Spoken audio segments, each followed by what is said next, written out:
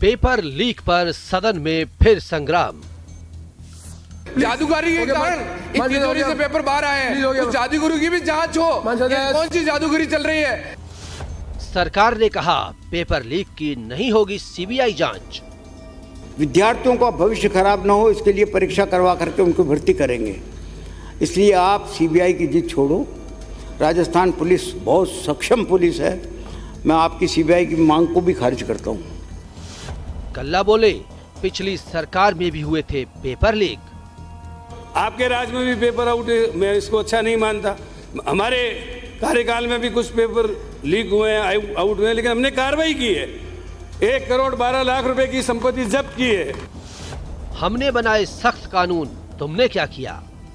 4 अभी शिक्षा विभाग के कर्मचारियों को हमने नौकरी से बर्खास्त कर दिया है और जो भी लोग लिप्त पाए जाएंगे उसके खिलाफ सख्त से सख्त कार्रवाई की जाएगी।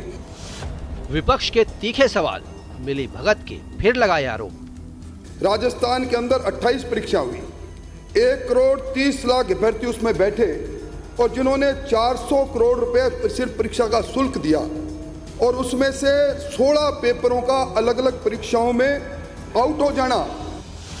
7 करोड़ की जनता पूछ रही सवाल।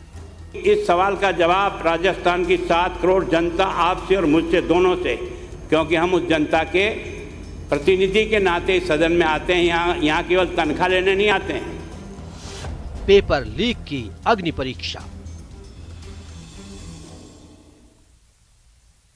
नमस्कार, आप देख रहे हैं प्राइम डिबेट। आपके साथ मैं हूं स्वप्निल। पेपर लीक की सीबीआई जांच नहीं होगी। विधानसभा में आज की कार्यवाही में यही सबसे बड़ी हेडलाइन निकलकर सामने आई है।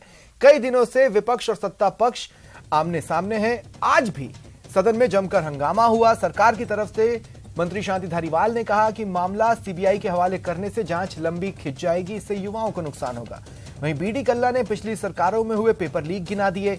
इधर नेता प्रतिपक्ष गुलाब चंद कटारिया ने कहा कि एक दूसरे पर जिम्मेदारी डालने से काम नहीं चलेगा। राजेंद्र राठौड़ ने कहा पेपर लीक से बेरोजगारों की 400 करोड़ पानी में बह गए। अब सवाल यह है कि क्या सीबीआई जांच से सचमुच फायदा होगा? आज चर्चा हम इसी पर करेंगे। हमारे साथ गेस्ट पैनल जुड़ेगा, लेकिन उससे पहले जान लीजिए प्राइम डिबेट के प्राइम सवाल। सवाल नंबर 1, पेपर लीक की सीबीआई जांच की मांग कितनी सही है? सवाल नंबर 2, पेपर लीक क्या आने वाले चुनावों में मुद्दा बनेगा? और देखिए, क्या आने वाले चुनावों में यह मुद्दा इतना गर्मा सकता है कि वोटों पर प्रभाव डाले? ये सवाल नंबर 2 है। और अब सवाल नंबर 3 सुनिए। पेपर लीक की मान लीजिए सीबीआई जांच की व्यवस्था कर दी जाती है तो क्या उससे सुधार होगा? तो इन सवालों के जवाब खंगालने की कोशिश करेंगे। मेरे साथ जो गेस्ट पैनल जुड़ रहा है आपको इंट्रोड्यूस करवा देता हूं। मेरे साथ कांग्रेस नेता आर तिवारी जी जुड़ रहे हैं, अनिल गोठवाल जी रिटायर्ड पुलिस अधिकारी और मिथिलेश जैमिनी जी वरिष्ठ पत्रकार हैं। कुछ ही देर में बीजेपी के गेस्ट भी हमारे साथ जुड़ेंगे। आप सभी का स्वागत है न्यूज 18 राजस्थान पर। आर तिवारी जी, मैं आपसे शुरुआत करना चाहता हूं। आर तिवारी जी, क्या कांग्रेस इस बात को मानती है कि सांच को आंच नहीं? स्वप्निल, पहले दिन से कांग्रेस की सरकार ये मान रही कि सांच को आंच नहीं, तो फिर सीबीआई जांच क्यों नहीं? राजस्थान के, मेरी बात सुनो, राजस्थान के जननायक अशोक गहलोत का मन इन बच्चों के प्रति कितना उदार है।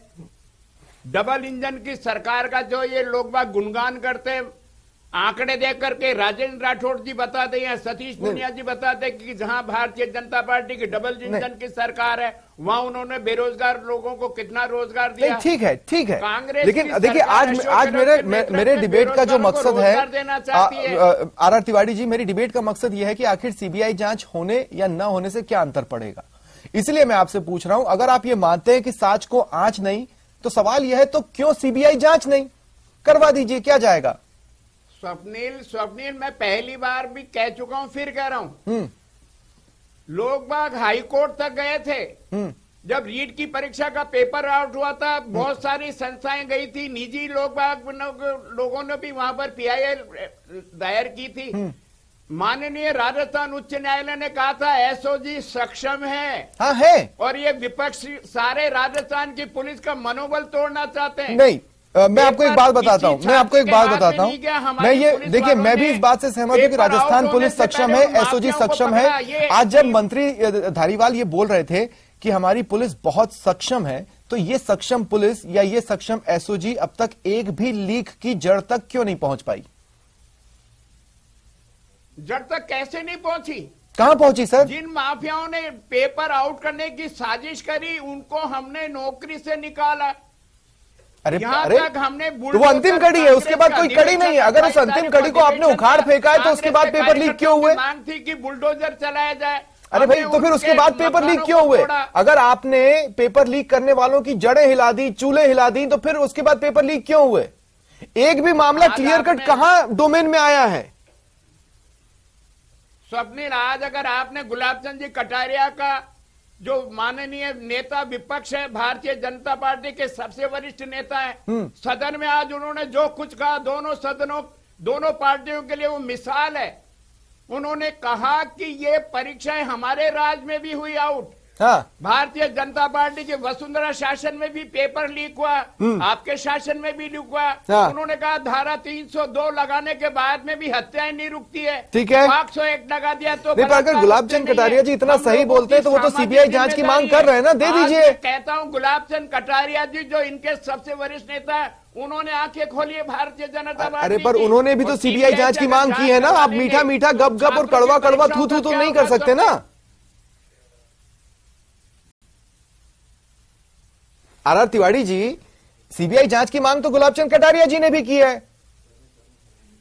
सवाल है कि जब हमारी एसओजी, हमारी पुलिस एडवांस में काम कर रही है, पेपर किसी के हाथ में नहीं पहुंचा। ये पुलिस की मैं आपकी उस बात से सहमत हूं, लेकिन 4 साल में आपकी सक्षम एसओजी और सक्षम पुलिस ने अभी तक एक भी पेपर लीक का केस पूरी तरह सॉल्व करके पब्लिक डोमेन में नहीं रखा है। अब देखिए, मेरे साथ अब बीजेपी के गेस्ट भी जुड़ चुके हैं।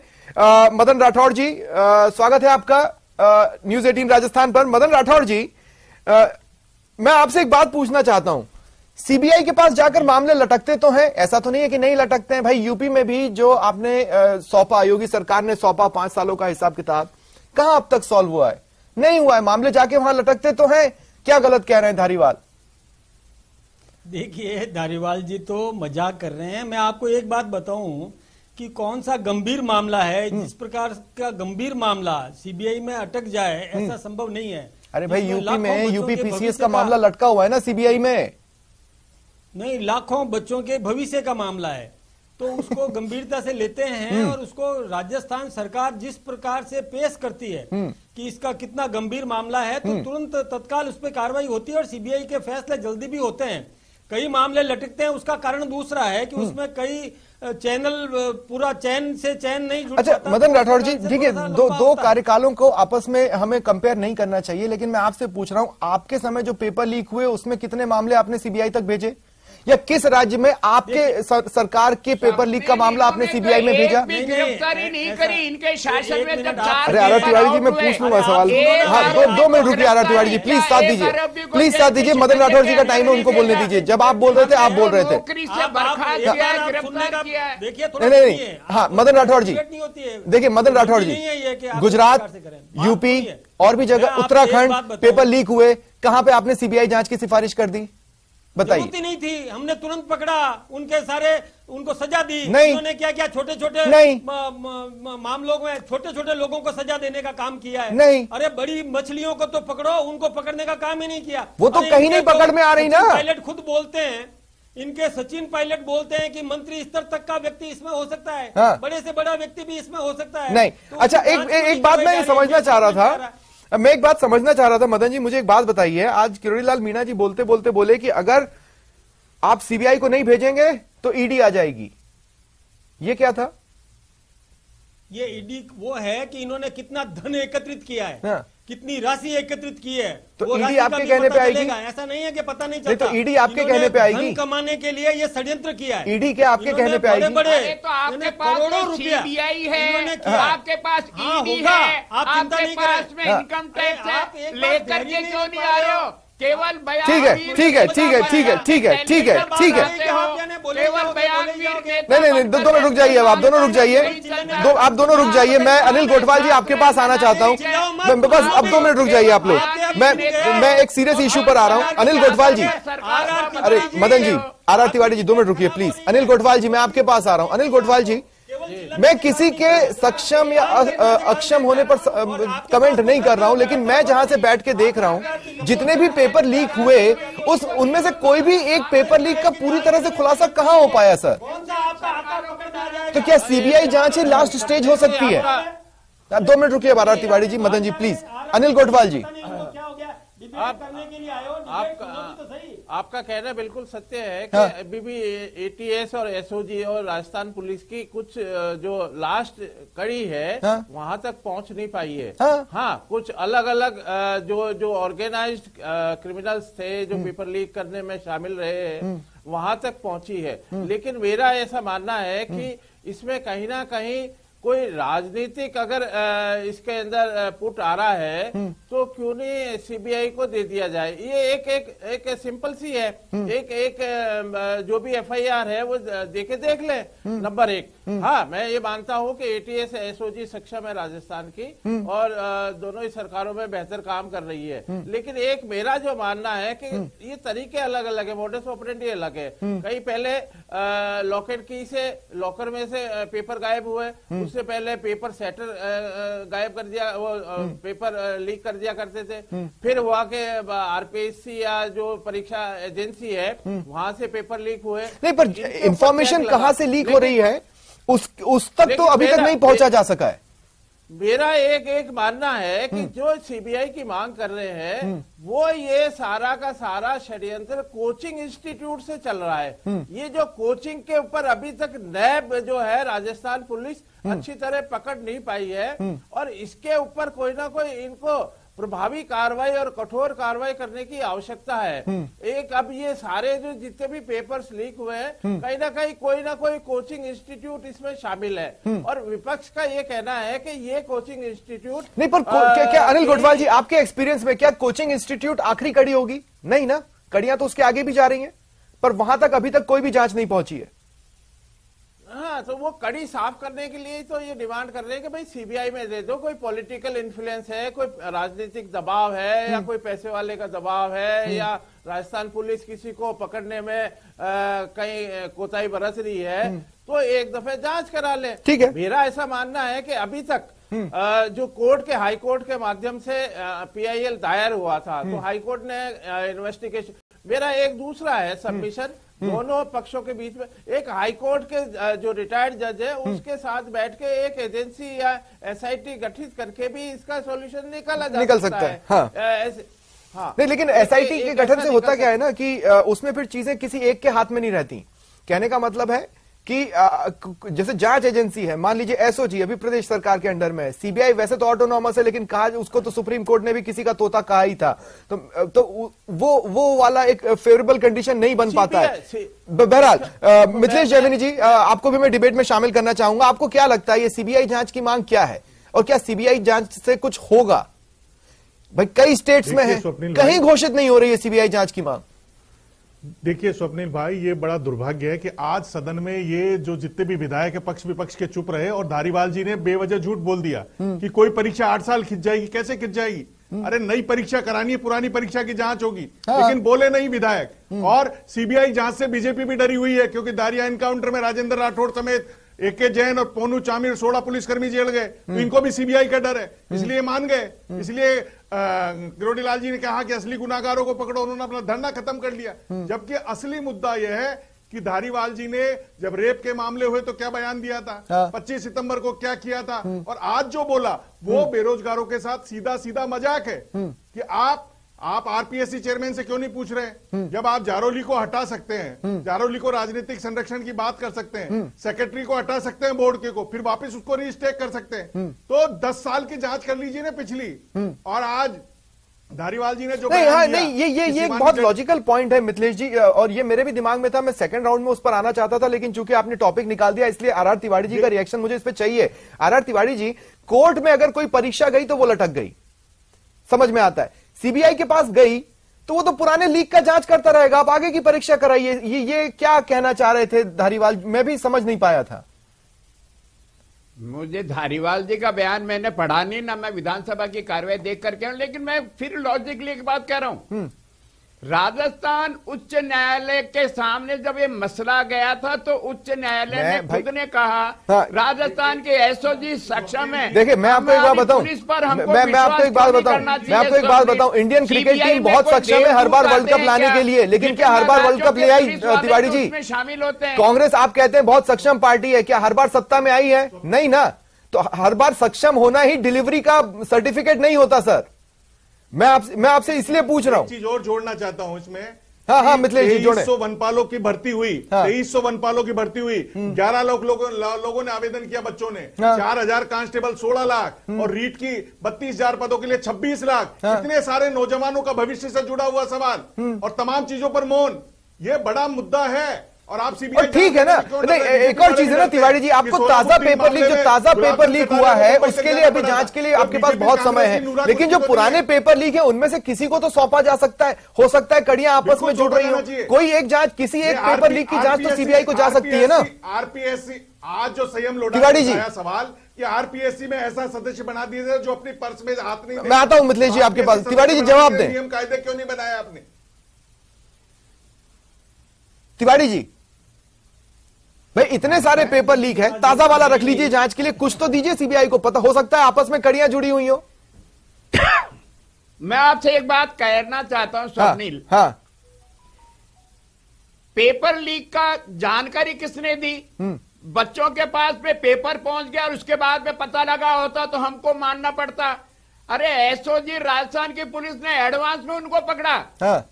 परीक्षा को हमने रद्द किया। अरे दादा मान लिया मैंने आपसे। आप तकनीकी मैं आपसे ये कह रहा हूँ, एक बात बताइए, किस बात की क्लीन चिट? नहीं, किस बात की क्लीन चिट? इस देश में जांच एजेंसियां क्लीन चिट देती हैं? इस देश में राजनेता क्लीन चिट देते हैं या कोर्ट क्लीन चिट देती है? नहीं तिवारी जी एक बात बताइए, इस देश में क्लीन चिट कौन देता है? हमने वादा किया हम दे रहे हैं। आप तिवारी जी एक बात बताइए, इस देश में क्लीन चिट कौन देता है? जांच एजेंसियां देती हैं, राजनीतिज्ञ देते हैं या कोर्ट देती है? कोर्ट देती है ना। तो कोर्ट देगी ना। एक बार जांच होने दीजिए, उसके आधार पर कोर्ट में सुनवाई होगी ना, मौका मिलेगा वहां पर। राजस्थान उच्च न्यायालय ने कहा राजस्थान की एसओजी, राजस्थान की पुलिस सक्षम है। ठीक है फिर ठीक है मदन राठौड़ जी, एक बार फिर मैं आपके पास आ रहा हूं। मदन राठौड़ जी देखिए तकलीफ क्या है ना, तकलीफ यह है कि एक तो सीबीआई जांच कोई फाइनल डेस्टिनेशन नहीं हो सकता। ठीक है, वही मशीनरी है, वही लोग हैं, वही चेहरे हैं, घूम फिरकर आरोपों के घेरे में आ रहे हैं। आपकी सत्ता के वक्त आप, इनकी सत्ता के वक्त ये। ठीक है, सीबीआई जांच की मांग अगर सिफारिश कर दी जाएगी तो क्या आप गारंटी लेते हैं सीबीआई उसको टेक ओवर कर लेगी? आप ले सकते हैं, क्योंकि उसके पीछे भी रहस्य है जो देश समझने लगा है ना मदन जी? नहीं देखिए, सीबीआई जांच करेगी तो सीबीआई निश्चित रूप से लेगी, और सीबीआई दूध का दूध और पानी का पानी करेगी। वो तो लेगी ही ना, यहां पर कांग्रेस की सरकार है। हाँ, इससे कोई फर्क नहीं पड़ता। कांग्रेस की सरकार में कांग्रेस के मंत्री पकड़े जाएंगे, कांग्रेस के बड़े बड़े नेता पकड़े जाएंगे। और इसीलिए उत्तराखंड में सीबीआई जांच की सिफारिश नहीं कर रही है धामी सरकार। उनके परिवार से आरएएस में, इसीलिए उत्तराखंड में सीबीआई जांच की सिफारिश धामी सरकार नहीं कर रही है। कांग्रेस के अध्यक्ष के परिवार के 4-4 लोग चयनित हो जाते हैं। ये क्या बात है? मैं आपसे यही बात कह रहा हूँ ना। आपको एक बात, एसओजी में वो गुप्ता पकड़ी गई थी, कितने करोड़ रुपए उसके पास में पकड़े गए। एसओजी में इन्होंने ऐसे ऐसे लोगों को रखा हुआ है जो इनके जो मुख्य मुलजिम है उसको बचाने का काम करते हैं। धन्यवाद।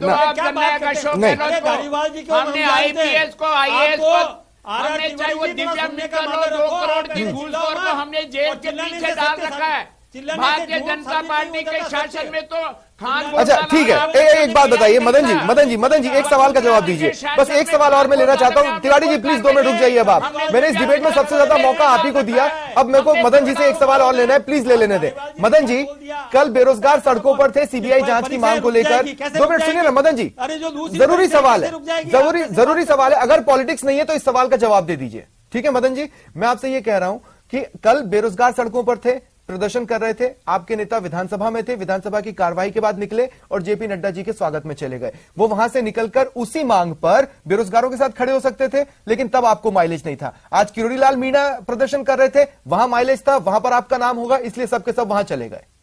करेक्ट? नहीं ऐसा नहीं है। तो कैसा है, कल क्यों आप उनके साथ नहीं थे? पुरजोर तरीके से जो प्रदेश कार्य समिति थी उसमें पुरजोर तरीके से मांग उठाई और हमने पुरजोर तरीके से इस बेरोजगार सड़कों पे थे, उनके साथ खड़े हो जाते, उनको मोरल सपोर्ट मिलता। नहीं चिल्लाए, अरे हम तो अपने तरीके से कर रहे हैं और भी करेंगे। ठीक है, निश्चित रूप से करेंगे, किसी को बख्शेंगे नहीं। ठीक है, आने दो समय ठीक है। अनिल गोठवाल जी, एक बार फिर मैं आपके पास आ रहा हूं। अनिल गोठवाल जी का समय नहीं आने वाला।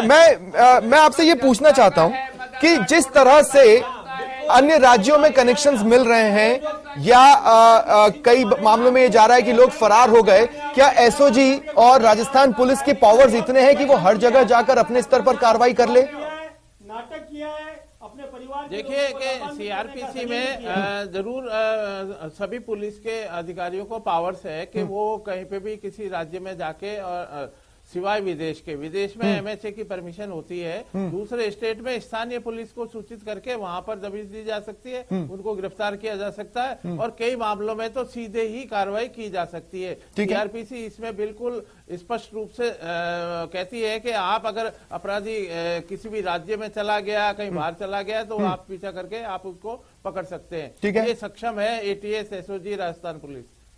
ठीक है। मैं मिथिलेश जैमिनी जी अब आपके पास आ रहा हूं क्लोजिंग कमेंट के लिए। मिथिलेश जैमिनी जी, देखिए मुझे ये लगता है कि जो सीबीआई जांच की मांग है ये जरूरत है या नहीं ये मुझे नहीं पता, लेकिन इसके आसपास पॉलिटिकल स्टंट्स बहुत ज्यादा हो रहे हैं। देखिए, कांग्रेस के लिए कहा जा रहा है कि मेरिट के आधार पर चयन होता नहीं है। जो राजेंद्र गुड़ा जी ने कहा कि 200 में से 21 लाने वाला तो राज करता है और 21 से 100 ले जाने वाला फेल हो जाता, वही राजस्थान में बेरोजगारों के साथ हो रहा है।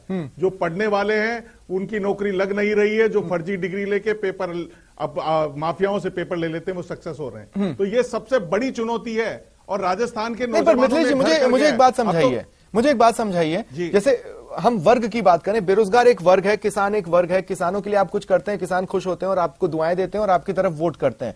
बेरोजगार भी क्या ऐसा वर्ग है जो उठकर एज इट इज वोट में ट्रांसफर होता है?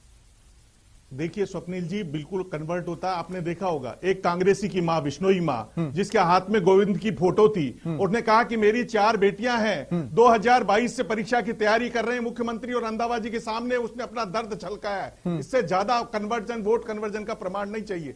100% पेपर लीक कांग्रेस और बीजेपी ने अगर इसमें भी कोई भी मटरगश्ती की तो 2023 में बहुत बड़ा खामियाजा होने वाला है, क्योंकि नौजवान हताश है, पूरी तरह परेशान है। जी ठीक है, शुक्रिया आप सभी का मेरे साथ जुड़ने के लिए और चर्चा में शामिल होने के लिए। अग्नि परीक्षा इस मांग पर लेकर पेपर लीक की चलती रहेगी। यह था आज का प्राइम डिबेट। नमस्कार।